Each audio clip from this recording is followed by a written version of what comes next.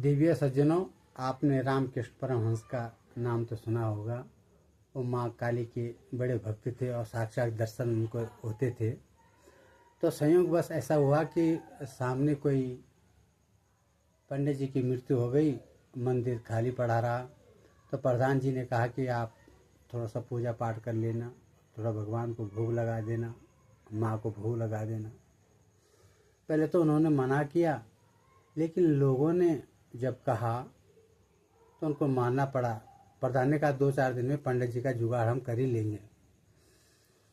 तो देवी सज्जनों, प्रधान जी ने कहा सेवादार से कि इस पंडित जी पे विशेष ध्यान रखना, ये कैसे पूजा पाठ करते हैं, कैसे आरती करते हैं और कैसे माँ को भोग लगाते हैं, देखते रहना। तो देवी सज्जनों, उन्होंने अपने हिसाब से पूजा पाठ की, आरती की, जो कुछ भी हुआ। उसके बाद भोजन की बारी आई कि भोग लगाओ। तो थाली रामकृष्ण परमहंस को दे दी गई और वो झांकने लगा सेवादार, क्योंकि प्रधान ने सिखाया था ना कि कैसे भोग लगाते हैं। तो उनको थाली पे परोसा गया माँ को भोग लगाने के लिए। तो थाली माँ की ओर करते, फिर अपनी ओर सरकाते, फिर पहले माँ की ओर सरकाते, फिर अपनी ओर सरकाते। तो उन्होंने वहाँ से एक गिलास खा लिया, कहा माँ आप ग्रहण करो। तो सेवादार को तो माता जी के दर्शन नहीं हुए, उनको तो केवल पत्थर ही दिखा दिया, लेकिन माँ ने उसको स्वीकार किया, ग्रहण किया।